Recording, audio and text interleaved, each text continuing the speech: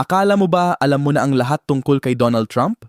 Matapos ang kanyang tagumpay sa halalan noong 2024, hindi lang napakalaki ng yaman ng pamilyang Trump, talagang nakakagulat ang lawak nito. Mula sa mga naglalakihang gusali na nagkakahalaga ng bilyong dolyar hanggang sa mga pribadong jet na may gintong disenyo, mas malaki pa ang kanilang kayamanan kaysa sa inaakala ng karamihan. Samahan ninyo kaming tuklasin ang napakalaking yaman ng pamilya Trump at alamin ang ilang lihim na hindi pa kailanman nabunyag. Pero bago tayo magsimula, kung bago ka pa lamang sa aming channel, mag-subscribe ka na para naman lagi kang updated sa mga ganitong uri ng video. Ang net worth ni Donald Trump ay umabot sa $7.5 billion habang ang kabuang yaman ng pamilya ay umabot sa $8.6 billion. Matagal nang pinagdedebatehan ang tunay na halaga ng yaman ni Donald Trump, kung saan tinatayang nasa humigit kumulang $7.7 billion ang kanyang net worth. Matapos ang kanyang nakakagulat na panalo sa halalan noong 2024, lalo pang tumaas ang halaga ng kanyang mga ari-arian ng tinatayang $1.4 billion kasabay ng malaking pagtaas ng halaga ng kanyang kumpanya. Dahil dito, umabot sa kahangahangang $8.6 billion ang pinagsamang yaman ng pamilya Trump. Bagamat madalas niyang sabihin na siya ay isang self-made billionaire, tinatayang nakatanggap si Donald Trump ng malaking tulong pinansyal at mga pautang mula sa kanyang ama na si Fred Trump noong nagsisimula pa lamang siya sa negosyo. Ang paglalakbay ni Donald Trump tungo sa pagiging isa sa pinakamayaman at pinakakilalang personalidad sa kasaysayan ng Amerika ay nagsimula sa pundasyong itinayo ng kanyang ama, si Fred Trump. Isa ring matagumpay na negosyante si Fred na nag-iwan ng tinatayang $250 milyon hanggang $300 milyong dolyar na ari-arian nang siya ay pumanaw noong 1999. Kilala si Fred sa pagiging matipid kahit napakayaman niya. Siya ang naglatag ng pundasyon ng kanilang real estate empire na kalaunan ay pinalawak ni Donald mula sa New York hanggang sa iba't ibang bahagi ng mundo. Hindi lamang pera ang ibinigay ni Fred sa kanyang anak. Mula pa sa murang edad, binigyan na niya si Donald ng praktikal na karanasan sa pamamagitan ng pamamahala ng mga ari-arian ng pamilya at pagpapakilala sa kanya sa mahahalagang koneksyon sa politika. Ang mga ugnayang ito ay naging napakahalaga habang lumalaki ang ambisyon ni Donald sa mundo ng negosyo. Sa edad na 22, pinahiram siya ni Fred ng puhunan upang makapasok sa napaka-competitive na merkado ng real estate sa Manhattan, kung saan kalaunan ay itinayo ni Donald ang kanyang mga tanyag na gusaling naging simbolo ng kanyang pangalan. Bagamat magkaiba ang kanilang personalidad, si Fred ay simple, tahimik at konserbatibo, samantalang si Donald ay mas palabiro, palabas sa media at mahilig sa engranding imahe. Malaki ang naging impluwensya ni Fred sa direksyon ng buhay ng kanyang anak. Hindi lamang niya itinuro ang pasikot-sikot ng negosyo sa real estate, kundi ipinakita rin niya ang kahalagahan ng branding. Bago pa man sumikat ang pangalang Trump sa matatayog na gusali, ginagamit na ni Fred ang pangalan ng kanilang pamilya sa kanyang mga proyekto tulad ng Trump Market at Trump Village. Ang estratehiyang ito ang kalaunang pinalawak ni Donald hanggang sa maging isang pandaigdigang tatak. Ang real estate empire ni Donald Trump ay tunay na kahanga-hanga. Tinatayang nagkakahalaga ito ng humigit kumulang $960 million sa New York pa lamang. Binubuo ito ng mga matatayog na gusali, marangyang mansyon, at iba pang prestihiyosong ari-arian na maingat niyang pinili upang maging simbolo ng kanyang tatak, karangyaan, at tagumpay. Ang Trump Tower, ang korona ng kanyang imperyo, ay matatagpuan sa sentro ng New York City. Ang 58 palapag na Trump Tower ay isa sa pinakatanyag na gusaling may pangalan ni Donald Trump. Isa itong simbolo ng karangyaan at marangyang pamumuhay.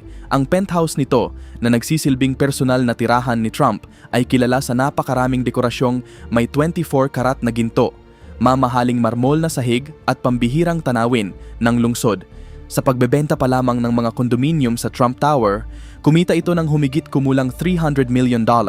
Ipinapakita nito na hindi lamang bumibili si Trump ng mga ari-arian, ginagawa niya itong mga simbolo ng luho at prestihiyo. Noong 1995, binili ni Donald Trump ang makasaysayang gusali sa 40 Wall Street sa halagang $1 million lamang.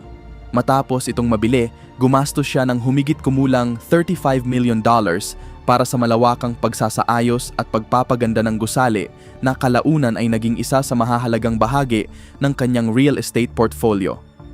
Sa kasalukuyan, ang gusaling ito ay isa na sa pinakamataas na office buildings sa downtown Manhattan at nagsisilbing simbolo ng kakayahan ni Donald Trump na gawing napakahalagang ari-arian ang mga gusaling dati ay nalulugi o napapabayaan.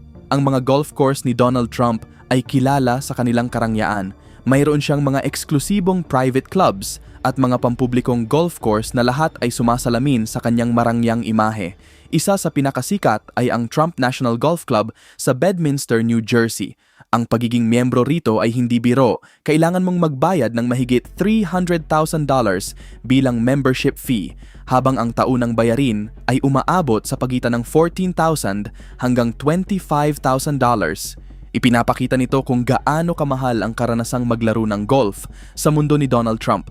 Ang pinakamahalagang resort sa koleksyon ni Trump ay ang tanyag na Mar-a-Lago sa Palm Beach, Florida. Binili niya ang marangyang estate na ito noong 1985 sa halagang humigit kumulang $10 million.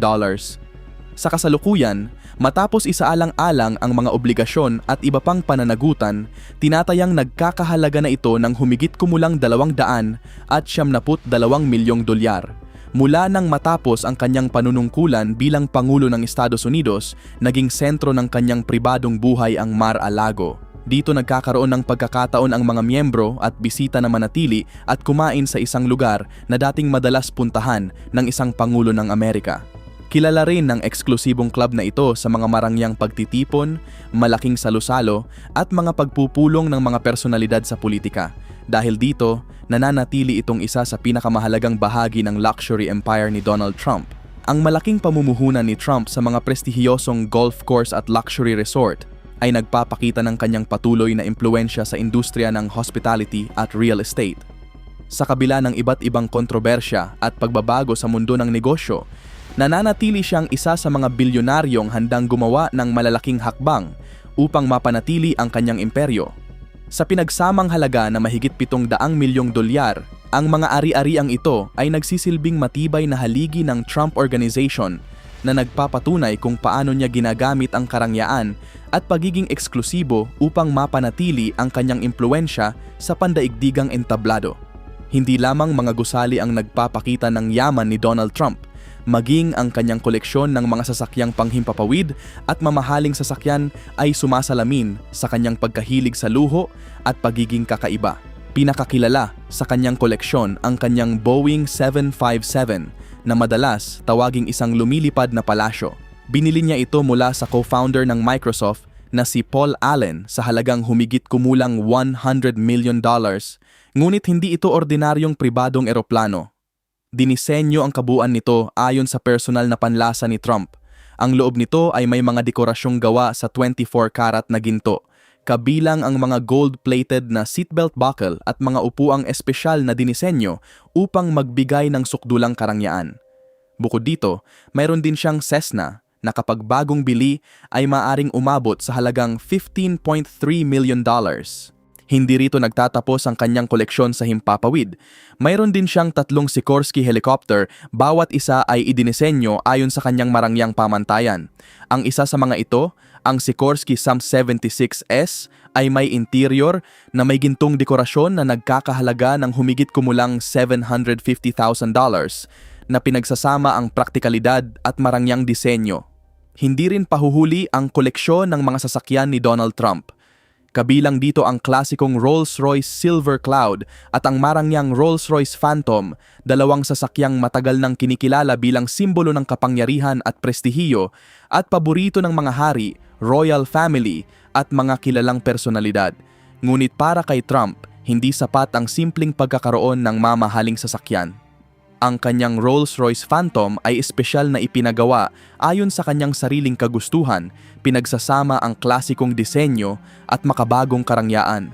Mayroon din siyang Ferrari na kumakatawan sa bilis, mataas na performance at pagiging eksklusibo, mga katangiang tugma sa kanyang marangyang pamumuhay. Gayunpaman, isa sa mga pinakahinahangaan sa kanyang koleksyon ay ang Mercedes-Benz SLR McLaren na tinatayang nagkakahalaga ng $455,000. Ibinigay niya ang sasakyang ito bilang regalo sa kanyang asawa na si Melania Trump. Pinagsasama ng McLaren ang makabagong teknolohiya, pambihirang performance at eleganteng disenyo na sumasalamin sa hilig ni Trump sa mga sasakyang kakaiba at pambihira. Para kay Donald Trump, ang mga sasakyan ay hindi lamang paraan ng pagbiyahe. Isa rin itong simbolo ng kanyang kayamanan at katayuan sa lipunan. Mula sa himpapawid hanggang sa mga lansangan, tiniyak niyang ang bawat sasakyang kanyang ginagamit ay naaayon sa kanyang mataas na pamantayan ng karangyaan. Ang kanyang multimilyong dolyar na koleksyon ay nananatiling isa sa pinakakahanga-hanga at pinakamahirap pantayan pagdating sa eksklusibong pamumuhay. Patuloy na nakakaakit ng pansin ang pamilya Trump dahil sa kanilang malalaking negosyo, marangyang mga ari-arian at pamumuhay na kinaiinggitan ng marami. Isa sa mga pangunahing dahilan nito ay ang napakalaking yaman ni Ivanka Trump at ng kanyang asawa na si Jared Kushner, na ang pinagsamang net worth ay tinatayang papalapit na sa $800 million. Ngunit hindi lamang sila ang dahilan kung bakit nananatiling makapangyarihan ang pangalan ng Trump. Mula sa elegante at marangyang pamumuhay ni Melania Trump, hanggang sa mga negosyo ni Eric at Lara Trump sa real estate at industriya ng alak, bawat miyembro ng pamilya ay may sariling ambag sa pagpapalawak ng Trump brand. Kasama rin dito si Baron Trump, ang bunsong anak ni Donald Trump na nananatiling pinakapribado sa buong pamilya. Bilang panganay na anak na babae ni Donald Trump, matagumpay na nakapagtayo sina Ivanka Trump at Jared Kushner ng sarili nilang imperyo sa negosyo. Sa pinagsamang net worth na papalapit sa $800 million, kabilang sa kanilang mga pinakamahahalagang pag-aari ang isang koleksyon ng mga obra maestra na tinatayang nagkakahalaga ng $25 million. Noong panahon ng panunungkulan ni Donald Trump bilang Pangulo ng Estados Unidos, nanirahan ang mag-asawa sa isang bahay sa Washington, D.C. na nagkakahalaga ng humigit kumulang $5.5 million na pinili nila dahil malapit ito sa White House. Ang bahay na ito ay naging simbolo ng kanilang pag-angat sa hanay ng pinakamayamang pamilya sa Amerika. Noong 2009, ikinasal sina Ivanka at Jared sa Trump National Golf Club sa isang engrandeng seremonya na iniulat na gumastos ng mahigit $1 million. Hindi lamang sila kilala sa marangyang pamumuhay kundi pati na rin sa husay sa negosyo. Mula 2016 hanggang 2017 lamang, kumita si Ivanka ng mahigit $13.5 million mula sa iba't ibang pinagkukunan ng kita. Kabilang dito ang kanyang sariling Ivanka Trump fashion brand, mga kita mula sa Trump Organization, at ilang matagumpay na aklat na kanyang inilathala. Kilala rin si Ivanka sa kanyang elegante at modernong pananamit. Madalas siyang makita na nagsusuot ng mga damit mula sa mga kilalang designer tulad ni Oscar de la Renta na maaaring umabot sa halagang $6,280 bawat kasuotan. Gayunpaman, nagsusuot din siya ng mas abot-kayang mga damit gaya ng mula sa koleksyon ni Victoria Beckham na may presyong humigit kumulang $85. Sa larangan ng real estate, nagmamay-ari rin ang mag-asawa ng ilang mahahalagang ari-arian sa New York City, kabilang ang isang penthouse sa Trump Park Avenue na nagpapakita ng kanilang patuloy na pamumuhunan sa mga high-value property. Ang mga negosyo at pamumuhunan ni Ivanka ay maihahambing sa estilo ng kanyang ama, ngunit may mas moderno at pandaigdigang pananaw na umaakit sa mas malawak na merkado. Si Eric Trump, ang ikalawang anak na lalaki ni Donald Trump, at ang kanyang asawa na si Lara Trump ay patuloy ding nagpapalawak ng yaman ng pamilya sa pamamagitan ng real estate at iba pang luxury investments. Kabilang sa kanilang mga ari-arian, ang isang condominium sa Trump Park East na nagkakahalaga ng humigit kumulang $2.3 million, pati na rin ang mas malaking bahay sa Westchester, New York. Bukod sa real estate, aktibo rin si Eric sa industriya ng alak bilang co-manager ng Trump Winery sa Virginia. Ang ubasan na ito ay orihinal na binili ni Donald Trump sa halagang $6.2 million at kalaunan ay naging isa sa mga kilalang luxury winery sa Estados Unidos. Hindi lamang ito nagdadagdag ng malaking kita sa pamilya Trump, kundi nagpapakita rin ng kanilang kakayahang palawakin ang kanilang negosyo sa iba't ibang industriya bukod sa real estate. Ang pagpasok nila sa paggawa ng alak ay isa pang halimbawa kung paano nila napapalawak at napapatatag ang kanilang kayamanan sa mundo ng luxury lifestyle. Si Tiffany Trump, ang bunsong anak na babae ni Donald Trump kay Marla Maples, ay kilala sa kanyang pagmamahal sa paglalakbay at mataas na antas ng edukasyon. Nag-aral siya sa Georgetown Law School sa Washington, D.C. kung saan ang matrikula ay mahigit $58,000 bawat taon. Inaasahang susundan niya ang isang matagumpay na karera sa larangan ng batas. Katulad ng ibang miyembro ng pamilya Trump, hindi rin maikakaila ang kanyang marangyang pamumuhay. Madalas siyang magbakasyon sa iba't ibang bahagi ng mundo. Mula sa paglalayag sakay ng mga luxury yacht sa Italy hanggang sa pagpapahinga sa mga puting buhangin ng The Bahamas. Ang kanyang pamumuhay ay patunay na nananatiling buhay ang reputasyon ng pamilya Trump pagdating sa karangyaan at prestihiyo. Ayon sa mga ulat, si Donald Trump mismo ang sumasagot sa malaking bahagi ng matrikula at iba pang gastusin ni Tiffany na nagpapakita ng patuloy niyang suporta sa kanyang pamilya. Si Barron Trump, ang nag-iisang anak na lalaki ni na Donald at Melania Trump, ang pinakapribado sa lahat ng mga anak ni Donald Trump.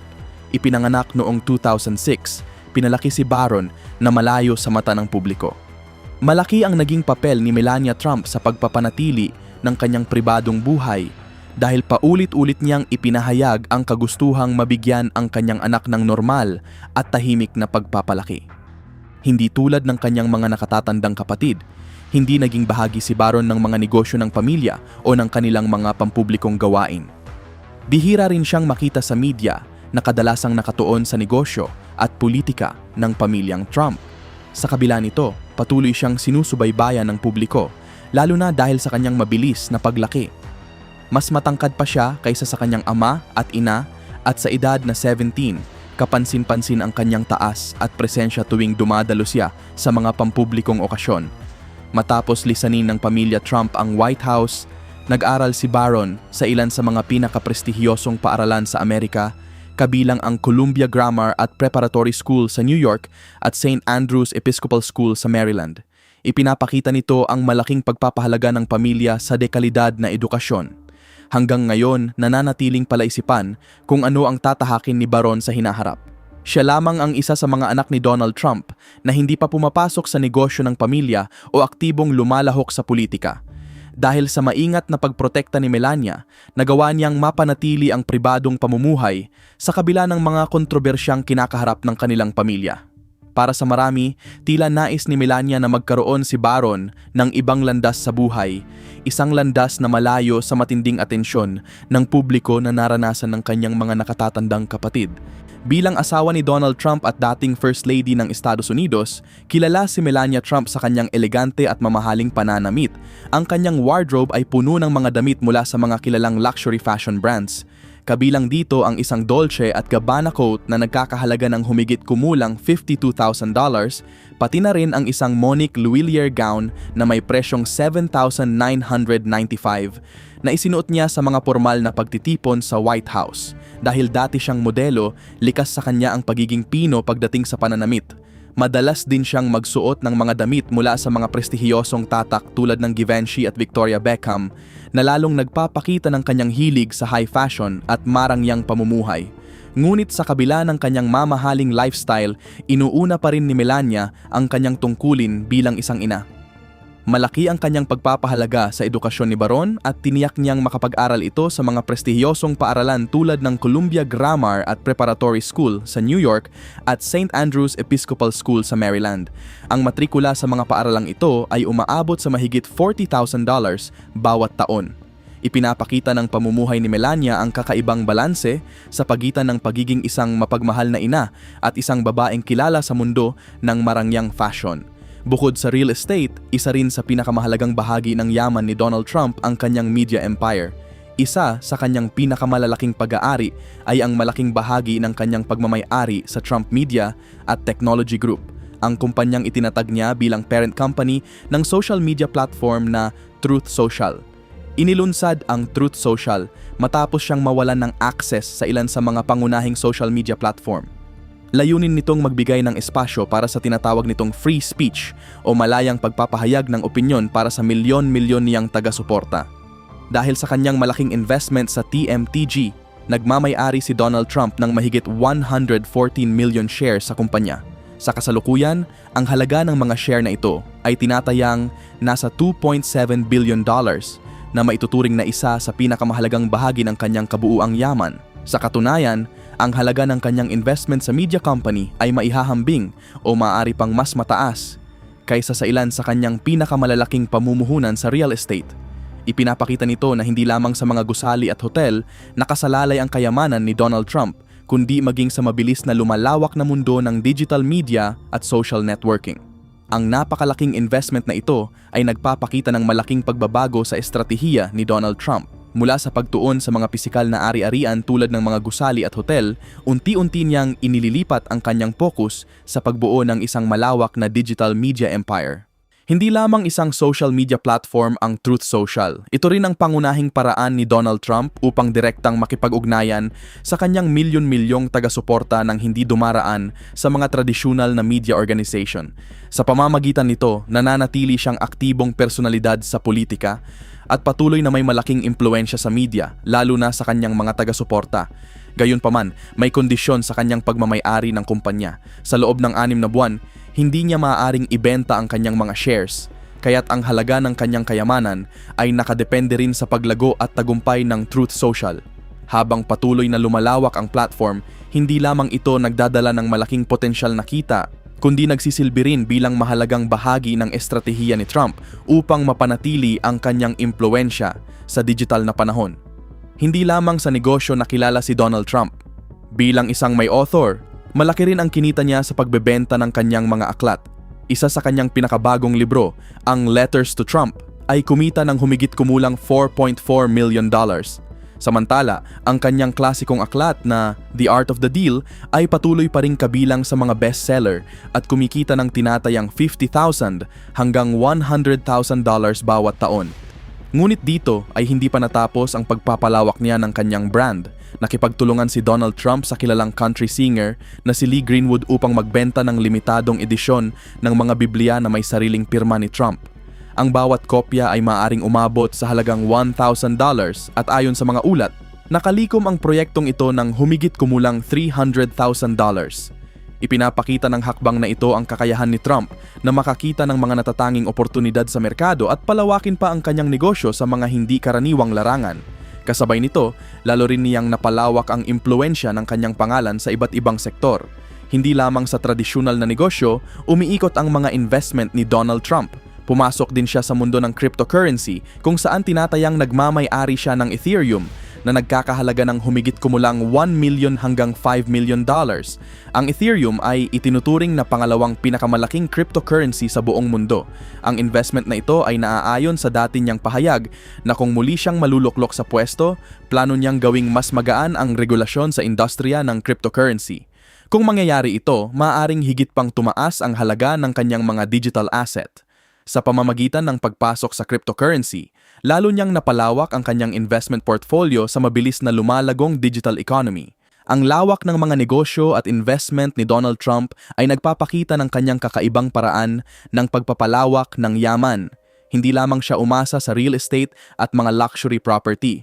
Pumasok din siya sa teknolohiya, social media, publishing, cryptocurrency, at iba pang modernong industriya. Sa ganitong paraan, hindi lamang niya napoprotektahan ang kanyang kayamanan laban sa pagbabago ng ekonomiya, kundi patuloy rin niyang napapalawak ang kanyang impluensya sa iba't ibang larangan. Mula sa mga marangyang gusali at hotel hanggang sa mga aklat, social media platform, cryptocurrency at iba pang investment, malinaw na itinayo ni Donald Trump ang isang negosyo na nakasentro sa pinakamahalaga niyang asset, ang pangalan at tatak ng Trump. Hindi itinayo ni Donald Trump ang kanyang imperyo ng mag-isa. Nakaugat ito sa mahabang kasaysayan ng yaman, disiplina sa negosyo at ambisyon ng kanilang pamilya. Malaki ang naging papel ng kanyang ama na si Fred Trump, na nagbigay hindi lamang ng puhunan kundi pati ng kaalaman at karanasan sa mundo ng real estate. Bukod sa kayamanang kanyang minana, nakatanggap din si Donald ng isang malinaw na gabay kung paano palaguin ang negosyo at gawing isang kilalang tatak ang pangalan ng kanilang pamilya. Sa loob ng maraming taon, naging sentro ng iba't ibang kontrobersya ang pamilya Trump dahil sa mga aligasyong ginagamit nila ang kasikatan at impluensyang pampulitika ni Donald Trump upang mapalago ang kanilang mga negosyo. Ayon sa mga kritiko, mula nang pumasok si Donald Trump sa politika, lalong naghalo ang kanyang pampublikong posisyon at ang mga pribadong negosyo ng kanilang pamilya. Dahil dito, maraming nagtatanong kung may malinaw bang hangganan sa pagitan ng pampublikong serbisyo at personal na pakinabang. Habang siya ay pangulo at maging matapos niyang lisanin ang White House, nagdaos sina Donald Trump at ang kanyang pamilya ng iba't ibang eksklusibong pagtitipon sa kanilang mga ari-arian, kabilang ang Mar-a-Lago sa Florida. Sa mga naturang event, ang presyo ng bawat tiket ay maaaring umabot sa 10,000 dolyar. Bukod sa malaking kita para sa mga pag-aari ng Trump Organization, nagsisilbi rin ang mga pagtitipong ito upang mapalapit ang pamilya Trump sa mayayamang donor at mga taga-suportang handang magbayad ng malaking halaga, kapalit ng pagkakataong makasalamuha sila. Kabilang sa mga dumalo ang ilang kilalang donor ng Republican Party, mga negosyante, celebrity, at iba pang personalidad sa politika. Ganoon din sa mga fundraiser at pribadong pagtitipon na ginaganap sa mga golf club at hotel ng Trump, na ayon sa mga ulat ay naging tuloy-tuloy na pinagkukunan ng kita ng kanilang pamilya. Bagamat karaniwan para sa mga politiko ang pagdaraos ng fundraising events, naging usap-usapan ang pamilya Trump dahil sa napakataas na halaga ng mga tiket at sa pananaw ng ilan na mas nagsisilbi itong oportunidad sa negosyo kaysa sa karaniwang pangangalap ng pondo.